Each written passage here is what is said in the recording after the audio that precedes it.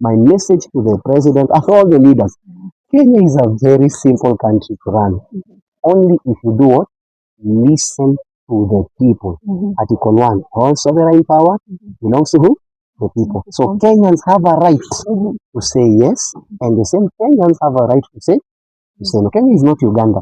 Hello guys, a warm welcome to the Ivy Gladys Media, your number one online media here in Kenya. And today we're joined by one of the most talked about political voices in Kenya, Ambassador John W. Hi. Hello, how are you? I'm fine, how are you? Very well, good to see you. Nice to see you too. Thank you so much for having me here. Thank you for giving me a platform in your space. Thank you so much and welcome. So a lot of people, some people call you Ambassador, others Daktari, wengine teacher. Who is CW? What do you call me? Based on what you know, what do you call me? Daktari. Daktari, why? I think you're sana social media. All right. Let me begin by saying my name is John CW. And again, my kind regards to you and your platform for opening it up for me to be able to bring my 2 cents on matters Kenya, matters, the world as your page. My name is John CW, Minister of the Gospel. That will never change. School, studied leadership and governance. I know many people would expect just theology. I'm a father, 3 children, 14 years a husband. Wow. UNIPGC, Grand Commander of Peace, as an ambassador, heading the African department, chairing the African department. Businessman, born again believer, just and above all, just a little man that understands the voice of the average man. So that's a nutshell of a little bit of who I am. That's amazing. Some people say you are working under a certain ministry and then all of a sudden you quit. Is it true? What exactly happened? What's the story behind it? Well, I did not quit, I expanded. There's a scripture in the Bible where the Lord says that He will expand your coast. I've been doing what you call wall-based ministry for approximately 16 years, heading a ministry called Share the Love Center. Not just locally, but abroad. I mean, we have thousands of people that follow us locally and, all nations, probably in major nations of the world. The other day we were doing a statistics, we realized that we are impacting 3 continents. We have different people in different continents, other people that have been following us for like a decade or so, so many people that I might not even be aware. But basically, I've been doing that type of ministry for approximately 16 years. And having gone to school just like every other person, I saw the problem that is in our nation, and I would like to ask you a question if you don't mind. Yes, sir. I know it's you to ask, but I'd like to ask you, for purposes of us just being able to think together. Would you say Kenya has a shortage of pastors or leaders? To look at the environment the way it is, what does Kenya have a shortage of? I think it's leaders. Okay. Pastors are all over. Pastors are all over, Yeah. right? So the law of demand and supply suggests that you supply where there is more demand needed. So because Kenya is in need of better quality leadership, I know that the church side is already taken care of because we have quite a number of great ministers of the gospel, all the way from elders all the way to young people. And I knew that at this particular point, the problem would have been more on this other point of view, whereby we have shortage of leaders in any department you can think about. Talk about it from presidency all the way going down to, MCA, women rep, and all those kind of things. So I just simply followed the law of demand and supply, that I wanted to be supplied. I felt like I have a lot to offer. And this particular side, we are doing well. So the side that we need to also do better so that we can create balance in Kenya would be on this other side. So that's basically what I did. I did not necessarily quit. I simply just stepped down because I knew there would be, being a senior pastor, having been a global ministry. I mean, our asset base is over 100 million. So you can imagine the kind of labor that has gone into it. And I knew that if Sunday comes and I'm not probably there, I'm dealing with national issues on different parts, it would have been very unfair for those people to lack a pastor. So having looked at that and, how I would be traveling to different parts of the nation and the world in general, I felt it would be wise for them to have a local pastor that me also I can go and listen to and submit. So it's not fitting, it's more expanded. Oh, that's amazing. And how do you juggle between ministry and, let's say, politics? Right. Well, the Bible, and I know many people, if people can just be kind to listen, I keep telling people, the enemy of what you need to know, and I want you to understand this, the enemy of what you need to know is what you already know. Think about that. What you know creates a certain level of pride to think that you don't need to know more. And so, unfortunately, in our generation, we have this half-up view of what the church should be. Yet it's very clear. The word politics comes from two words, poly and because. Politics means act of deciding a matter on behalf of others. You are in a position, if you are a HR manager, you are deciding on behalf of others. Politics.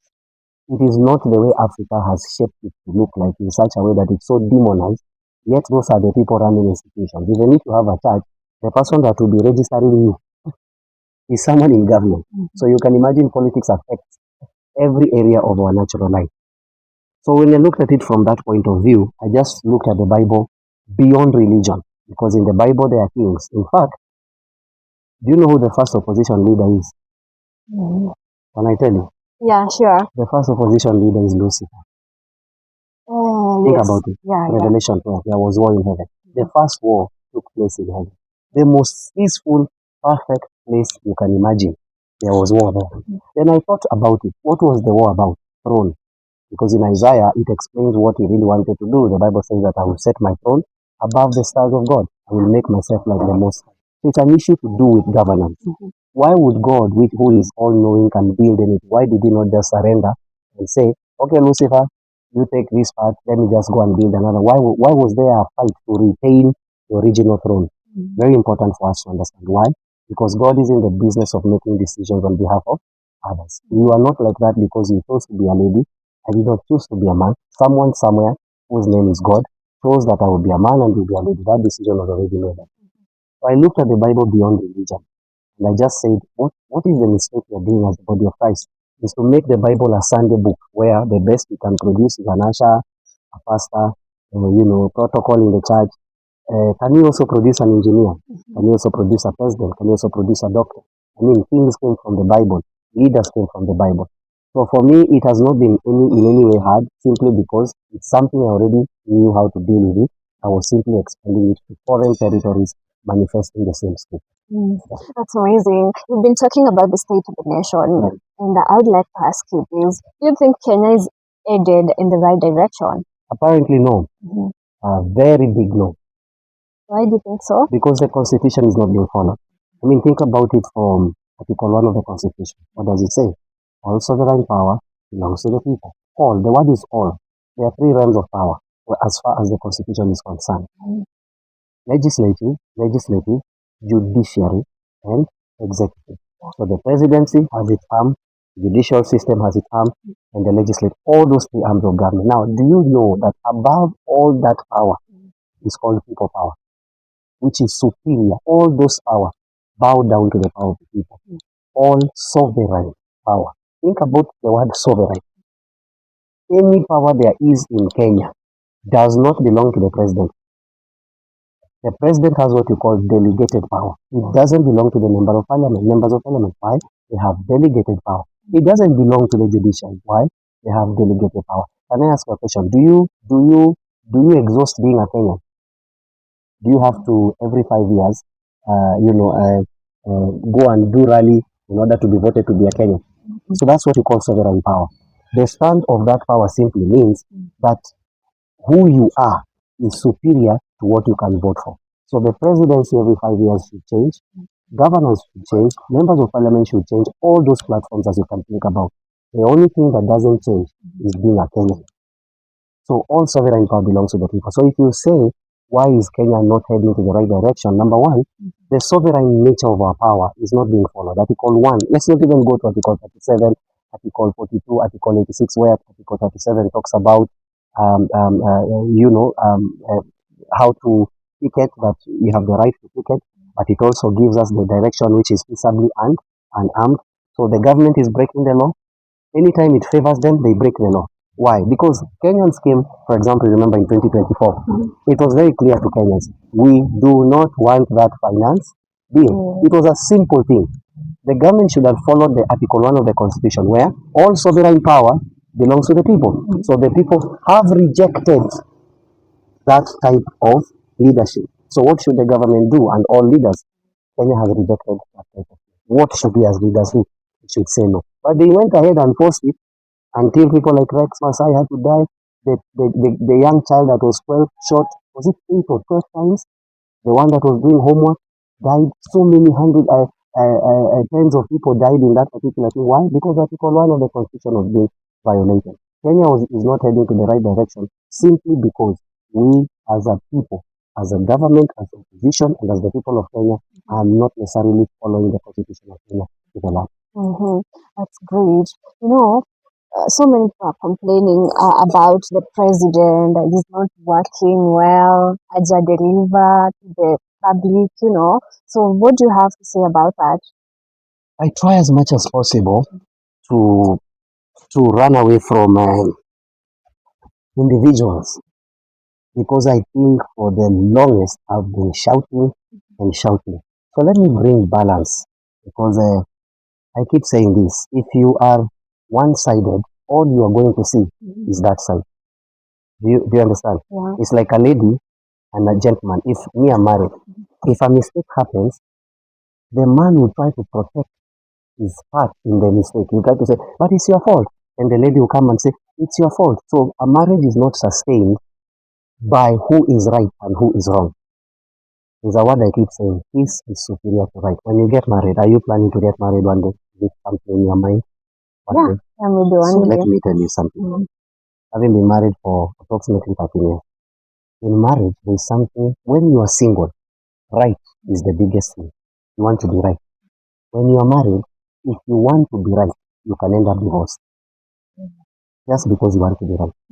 As a man, you have to know peace is superior to being right. Being peaceful in marriage, so what does it mean?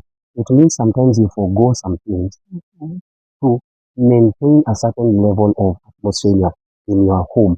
You want the children to be okay. You want ABCD to be okay. I want to buy that shoe. It's right, I want to buy that shoe. But for peace sake, I want to first pay the rent of my family. So you follow the way of peace over trying to be what? To be right. The reason I say that is to use the same marital analysis to explain the question you have asked for a generation. And I would like the leaders to understand this. Every 5 years, we have a marriage. Like the next year, we are going to be married again to our leaders. Yeah. There's a wedding that takes place every 5 years. So we are the men, and for lack of a better word, our leaders are like the ladies. What do I mean? We are the men. We are the people to say this is how things should be, and then they are the people to follow. So every 5 years, we get to marry, to experience marriage between Kenyans and leaders. The people we choose are now the people we get married to for that period of time of 5 years, right? So when I look at it from that point of view, if you are one-sided, you are like I see there are people trying to say they are on one side and this one's on the other side. So anything that happens, your mind enters into a default state of supporting your side. So even when there is truth, you can never see truth because it affects the side you are supporting. So let me bring this narrative this way. It is very simple for Kenya to go in the right direction, because you ask what is the president doing wrong. Housing project is not wrong. Okay? Yeah.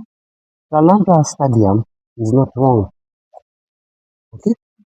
SHA is not wrong. Are you hearing? Mm. And I want our leaders to understand what is wrong is the amount of money it took to make SHA. Are you understanding? Yeah.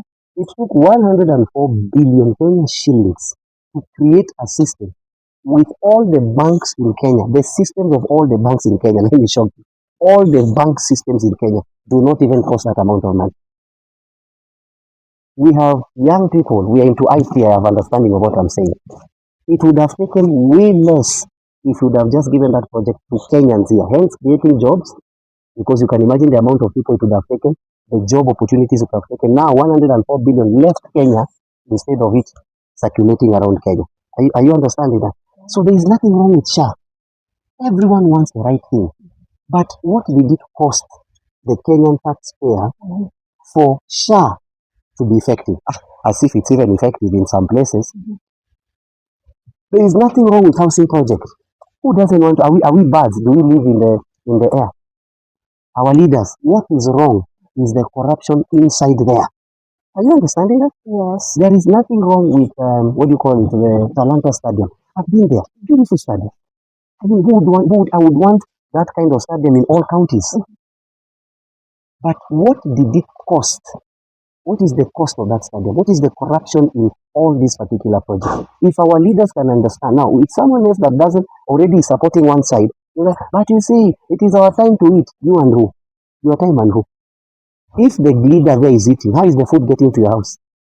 If the leader there is stealing, how is that getting to your house? The problem with Kenyans is that we do the right things the wrong way. Now listen to this as I finish. Anything plus corruption is corruption. Wow. Housing project plus corruption is corruption.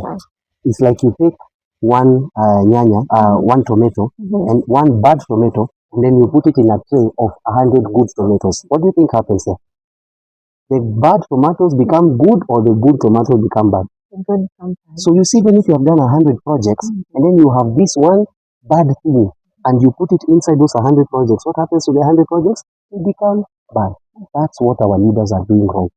They are doing the right projects the wrong way. That's my answer. Oh, that's amazing. We had 1 hour alone with President William Ruto. What message did you send to him? Listen to the people. Article 1 of the Constitution is very clear. Listen to the people. All sovereign power belongs to the people. I wouldn't bring a bill and then the people are saying no, and I'm not willing to convince them. If at all me, I'll be presenting a bill early. You know, now we have 2026, 2027 budget. You come and say, this is the budget. Stop doing this, what do you call these things they do where they bring public participation. They take 200 people there, then they take 200 signatures. 200 people is what percentage of 57 million plus Kenyans? You come out and you say, we want to know the people of Wasingishu are saying, all 47 counties, what the people of Central are saying, what people of Nyanza are saying, what people of Western are saying. This is the bill. Can we find out? Have an opportunity. We have KBC. KBC is a government television, right? Come out and say, this is the budget, like 6 months before. This is what the future budget will look like. This is the reason for ABCD. This is what we are planning to do. You know, have a much more clear way of getting to the people. My message to the president and all the leaders, Kenya is a very simple country to run. Only if you do what? Listen to the people. Article 1, all sovereign power belongs to who? The people. So Kenyans have a right to say yes, and the same Kenyans have a right to say no. Kenya is not Uganda. I've read the constitution of Uganda, by the way, my sister. I've read the Tanzania's constitution. You know, in Tanzania, if you are elected, once the whole process has taken you to presidency, you cannot appeal. Yeah. Kenya is different. I mean, have you not seen people winning an election and then they're taken back to the court and stuff like that? Uganda is even worse. I mean, the constitution of Kenya is solid. If we just follow the constitution of Kenya, Kenya will be the best place. Mr. President and all our leaders, it's simple. You want Kenyans to love you? Listen to them. A leader that listens is a leader that stays. You want to stay in power? Listen to those that gave you power in the first place. Rumors have it that you'll be on the ballot but come 2027. Rumors. They are just rumors. What do you think? I think you can make a good leader. Oh, really? Yeah, sure. Why do you think so? According to your, you have a vision. Nasikizanga sana video zako on social media. Really? You have a vision. Oh, and we've met today for the first time. Yeah. So you can give me, I wouldn't want to ask my team, kwa sababu hawa wanakuchocha tu. So what do you think? What do you think when you listen to my videos? What can you say about them? They are really good. And yeah, they can take Kenya. So if the leaders can adopt your vision, Kenya can be way far. Wow. So then your question is concerning 2027. What is happening in 2027? The elections. Oh, elections are in 2027? Yeah, of course. Wow, I didn't know. Are you vying for any political seat? And if yes, maybe under what political party? Hey, I can see you have good thoughts for me. Keep praying. Keep praying. Well, this is what I can say. Mhm. Am I Tanzania? No, Am I a Ugandan? not really. Am I a Kenyan? So any Kenyan Mhm. can do anything in Kenya as far as it is within the constitution. Mhm. So is that in the constitution? Yeah, Is it for some or it's for anyone that can convince the people? anyone So any Kenyan can do anything provided it's in the constitution. in the constitution. Keep praying, keep praying. Keep praying. Okay, let's say you become the president of this country. Maybe one day Do or you like really think I can tomorrow. be? You can be. For me? Why not? I've never thought about it. You tell me. You can be a president. Stop playing. And yeah, sure. Good Lord. You have a vision, I have a great vision. So if you would become the president of this country, Mhm. like, a lot of young people feel that they are ignored, their ideas are ignored, their voices are ignored by the politicians. Mm. What policy would you introduce for the young people? Oh, there's a lot. First of all, before we even go to policies, because already the existing ones are very strong. They can just be followed to the latter. Kenya doesn't need new policies. Kenya just needs people to follow what is current and follow it to the latter. Mhm. You get what I'm saying? Yeah. It's very simple. Number one, we would stop importation. And by the way, you see, I'm not the kind of person that shouts in rallies. If you said you have followed me, everything I say, I know what I'm saying. I'm not a crazy man. Anything that can be imported or rather exported, anything that can, of course, I understand what you call the WTO, which is the World Trade Organizations, where nations that, trade globally must first find a way to be registered there, and a certain percentage of that nation's, income is based on what they allow into the country. I don't understand why I should go to a supermarket and meet fish from China. I don't understand why I should go to a supermarket. I mean, we have Wambogo farms. I've never met him, but I think, he's doing part of the best apples that you can think about. Is very competitive on the global market. I don't understand why I should go to the supermarket and not meet his apples and meet apples from Israel. Yet Israel is so small. Actually, Israel took part of the sea and made it a farmland. Yet Kenya has major farmlands that we can think about. You understand what I'm saying? So I would stop any importation, or rather the biggest percentage of any importation that can be manufactured locally, we would stop it from being imported. We would manufacture, toothpicks. Why are you importing toothpicks? Sanitary towels for ladies. Are you telling me all the ladies we have in Kenya? I met a lady who wants to start a sanitary towel farm. She wants to make sanitary towels and sell them so cheaply. Because believe me, I have a foundation that we have been, dealing with the girl child, the boy child, and part of the things we give in those foundations is sanitary towels. You meet cases of young ladies. I don't want to be discreet here, but you can imagine being a lady. You meet cases of young ladies. You cry tears.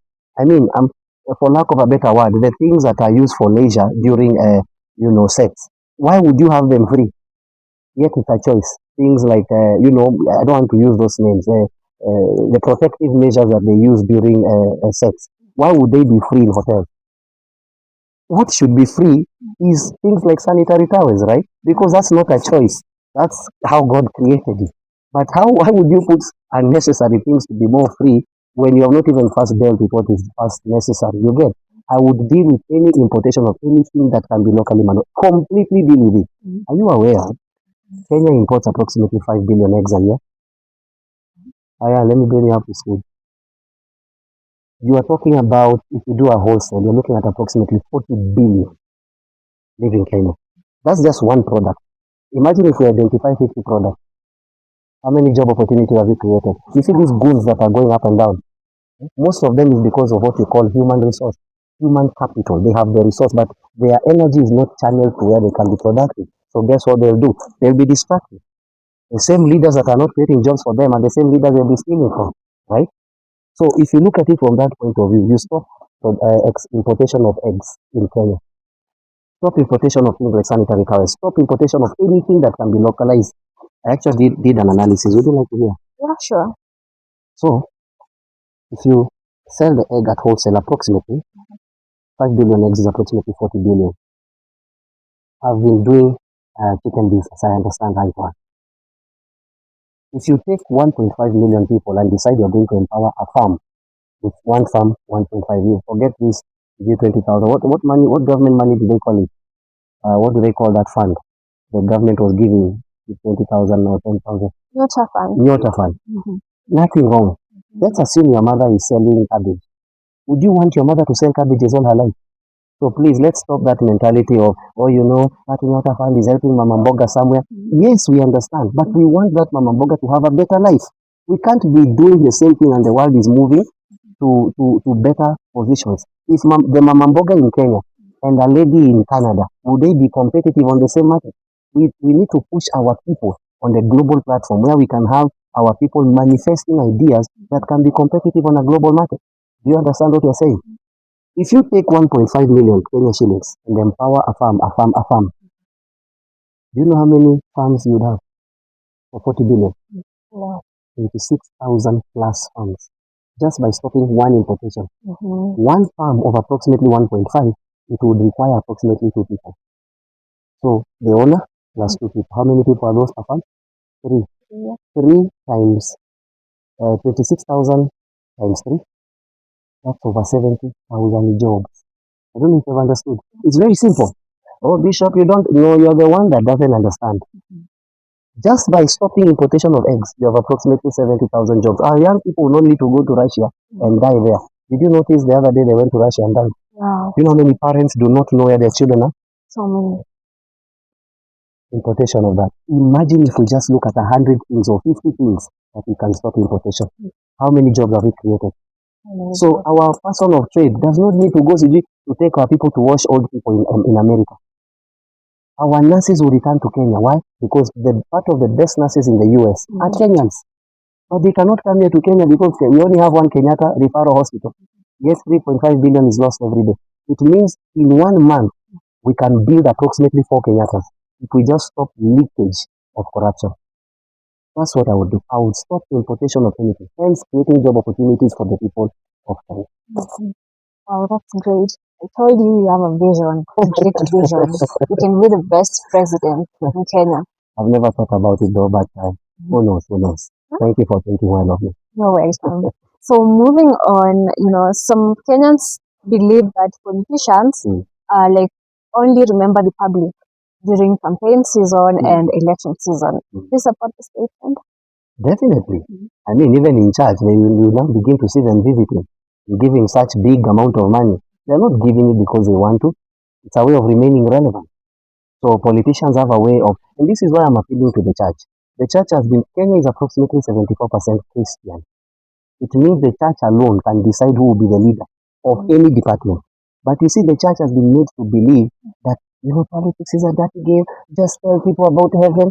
And tell people they are going to heaven. Yet those people after Sunday, on Monday, they are taking their children to school. So anything to deal with school fees is affecting your members. They are buying, it means they are paying tax. Anything to deal with taxation, they are getting sick. It means they need to go to the hospital. So anything to deal with healthcare, SHA, and all those things is affecting the same members of the church. So if you look at it from that point of view, I'm appealing to the church to wake up and begin to realize we have the power to command the right leaders in this nation. You can't say that the church will need to be away. Politics is a dirty game. Let's just pray. Let me ask you a question, and I'm changing the whole scenario. Don't mind me. Do you remember the recent fire that caught? I know there are several others, but the major one that the children died. I don't know. I can't remember the name of the school. Just here a few weeks ago. To Michigan. Sorry. Thank you very much. You remember the fire? Yeah. Now after the fire, someone is sending me a message and telling me, let's just pray. People have already died, but our job is to pray. How should prayer apply there? Prayer should apply from the sense of, may God comfort the people. But when it comes to leadership and governance, they should be able to now put necessary measures, which is number one, putting a smoke detector. Yeah, sure. If you go to hotels, they have smoke detectors. Is it true? Yeah. Why shouldn't schools have smoke detectors?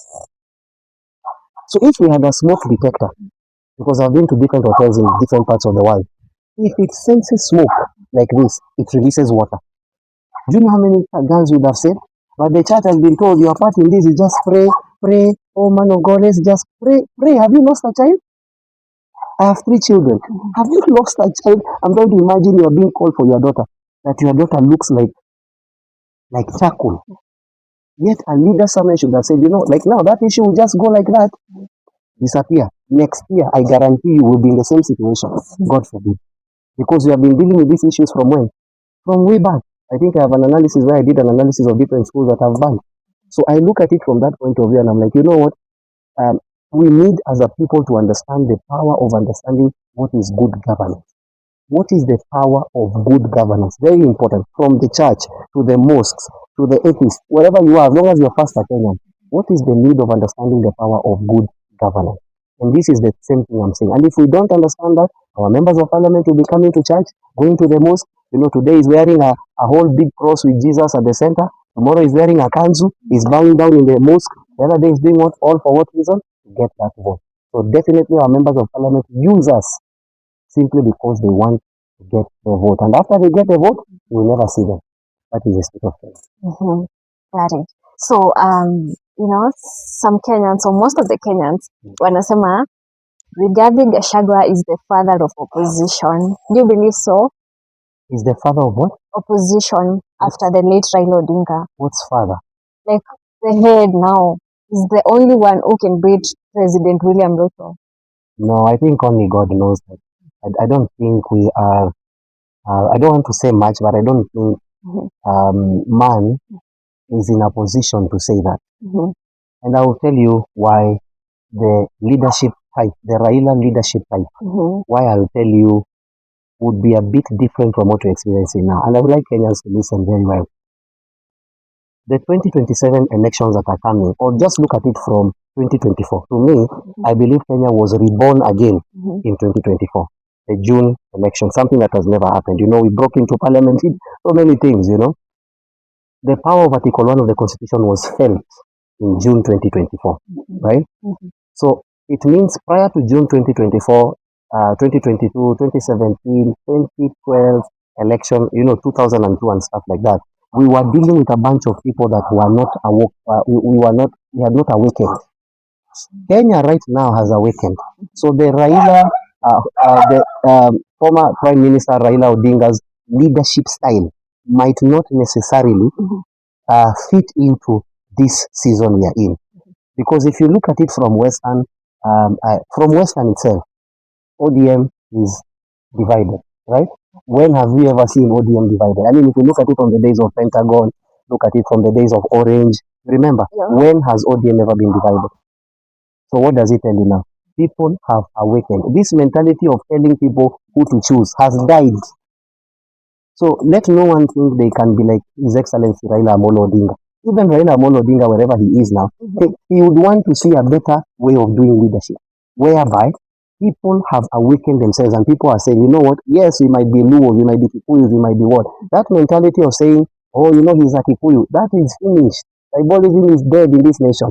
So you can even come from the mountain, you can come from Western and be a kingpin in the mountain. You can come from the mountain and be a kingpin in Nyanza.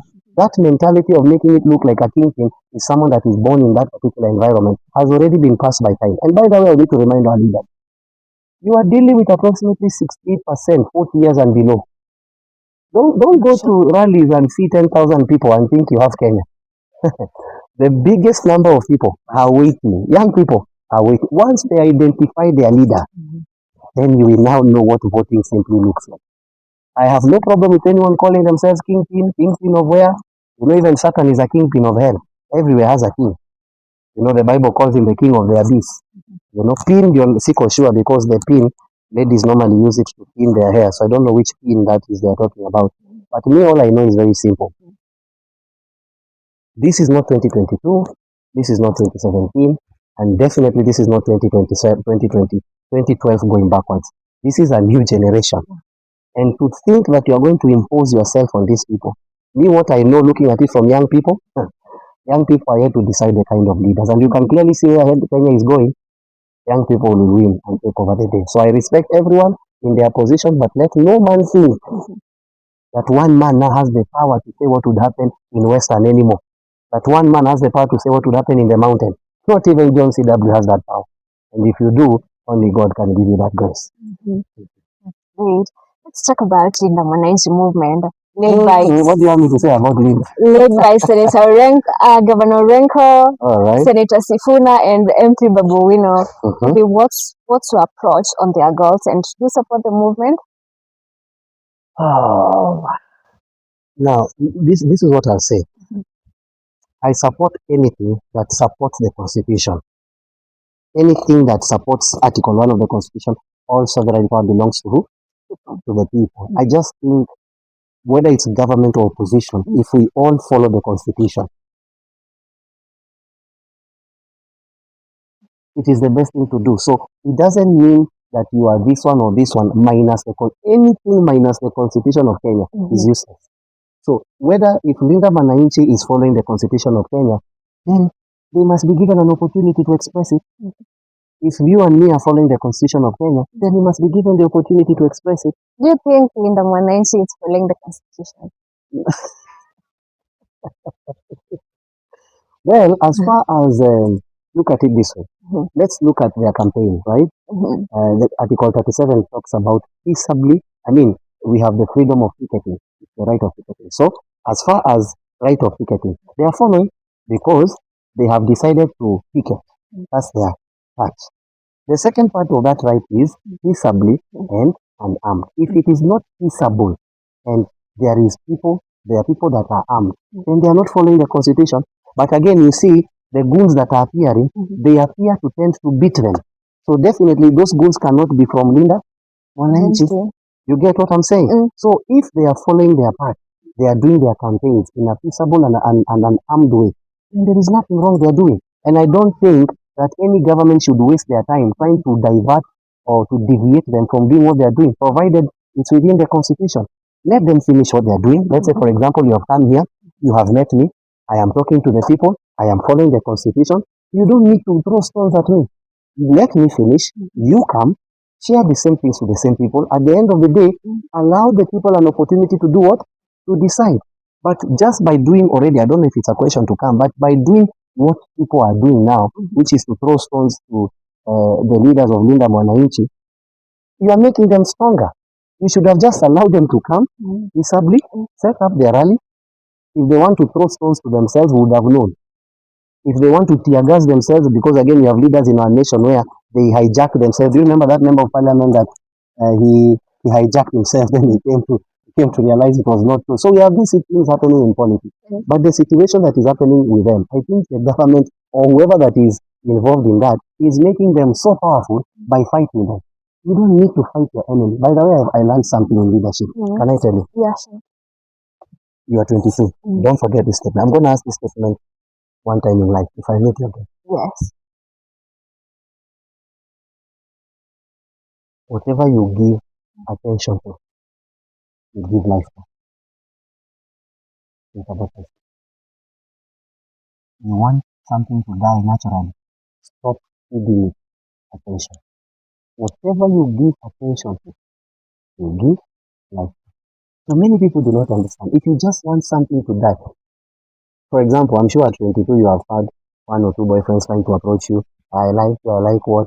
If you want to, if you know very well the guy that you don't like, what do you do as a lady? In fact, you are an expert, you are a lady, you know. You stop giving them attention. But if you keep calling them, you keep calling them at midnight, hi babe, what do you expect that guy to think? He's becoming stronger because you're giving him attention. If you want something to die, stop giving it attention. So that's what many politicians do not understand. So the minute you bring goons to throw stones, you are giving attention to Linda Mwananchi and such and such and such. So they become more stronger. Allow them to do which is their constitutional right. In this case, you should walk anywhere. John C.W. should go anywhere. And I should not feel as if I'm afraid to come there because why would people beat me? Let me come, sell my thoughts. If you like them, fine. Another one comes, sell their thoughts. If you don't like them, let me go in peace. But at the end of it all, it will be known in the ballot who you preferred. That's my point of view. That's amazing. So, Cabinet Secretary for Interior, Tumba MURKOM, has issued let me say, so many numerous controversial, so many controversial statements on national issues. How can you assess his performance as a CS? Very loose with how he speaks. Very loose words. A leader of that level needs to integrate all people.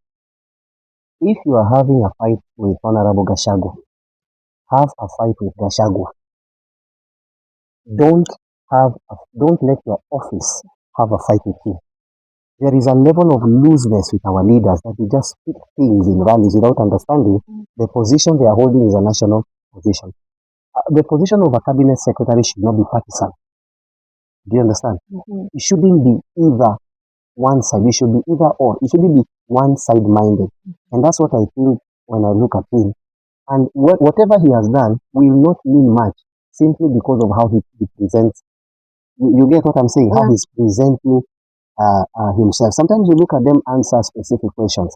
He's trying to say the right thing, but he's saying it the wrong way. You need to be more kind. You need to be more observant. You need to be more uniting rather than dividing. I think when I look at him, I see a level of looseness that should not be reflected in that particular position he's holding. The national security position is a position that if you make a certain mistake, it can end up sinking a whole entire nation. Remember, he's in charge of approximately 120,000 policemen. He's in charge of a level of armory because first to him is the president, right? Talk about the deputy president, then you can see the third realm of power is the cabinet. President, deputy, cabinet. So you can imagine the kind of power he controls. There should be a level of uniting with such kind of positions. Unfortunately, what we are seeing today. Do you think Kenya needs a complete completely new leaders? An overhaul of, yes, completely. Completely. Even the Bible is clear. You cannot put new one in an old wine skin. The Bible says we need not burst. The word new wine there represents mind. This is why for me I'm suggesting that the head of IT should be a 30-year-old young person that has knowledge. I mean, what business do you have put someone there that is in their 50s or 60s? The mind is already old. We need young people that can be more competitive. We talk about the people like sports. Take someone like Wanyama that understands football or someone from the basketball department, put them there. But you cannot use specific posts to reward. You know how the politics of Kenya works? You help me win an election, you give me a position in government, despite what I know or I don't know. You remember there was a time Honorable Dwale was in defense. Do you remember? Let me ask you a question. Assuming you are trying to raise the Muslim fraternity, I understand Kenya, your freedom of worship is part of the things in our constitution. Yes. Can I ask you a question? Yes. Are there people, Muslims, in the defense force that are knowledgeable? See, they're there. Then why not take one that has knowledge to deal with defense and put them there? Kenya will be stronger than just making someone, give someone even a tender and tell them thank you. But when it comes to the gates of the nation, health is a gate, education is a gate, interior, all those things, security, all those are gates. You can't put people simply because they help you win the election. Put the right people in power, then you will have the right nation. Can I repeat? If you put the right people in power, you will always end up with the right nation. That's amazing. Is there anything else that I didn't ask you and you'd like to tell Kenyans? Well, not really. I think it's just to encourage our people. Dear Kenyans, I know we have been crying for long. And I know that I'm not an alien in this nation. I have been around for quite a number of little years. I have seen the kind of leadership that Kenya has been able to express. I would not blame Kenyans simply because we did not know better. But now we have woken up. We have known better, either through our mistakes or through what we did right or wrong. We have learned something and have become better people. I want to encourage you, dear Kenyans. It is foolishness to repeat the same mistake twice. Doing a mistake once is not foolishness, it's called lack of wisdom. But to repeat the same mistake twice, that's where we can call it being foolishness. It will not be long. Kenyans will smile again. All I can tell our dear Kenyans, do not be tribal. Do not look at your brother that you have been dealing with for the last 4 years and now remember that he is a different tribe from yours. Do not be tribal. 2, do not lose hope. Shortly from now, a new Kenya arises. It will not be long. Our president is coming. It will not be long. Every blessing. I love all of you. Thank you so much, Ambassador John. Thank It was you a very much. pleasure having you at my YouTube channel. Thank you. I appreciate. What's the name of your YouTube channel? Ivy Gladys Media. Ivy Gladys Media. So all of you follow Ivy. I hope you're doing the right thing before I tell people to follow you. Is it nonsense or it's the right thing? The right thing. No. So because there's no nonsense on that platform. No nonsense. Follow Ivy Media because she's a no-nonsense young lady. Help her to build an account with, effectiveness so that people can follow and get the right kind of leaders. Because now by me being here, you have been able to hear. So if you support her, many more people will be able to hear of what we call good leadership. God bless all of you. I love you. CW John signing off. Thank you so much. So thanks so much, guys, for tuning in. It has been Ivy Gladys Media. In case you're watching this video and you're yet to subscribe, what are you waiting for? Hit the subscribe button for more awesome videos. In the meantime, stay curious, stay safe, and stay creative. See you in the next video. Bye. Thank you so much. Thank you.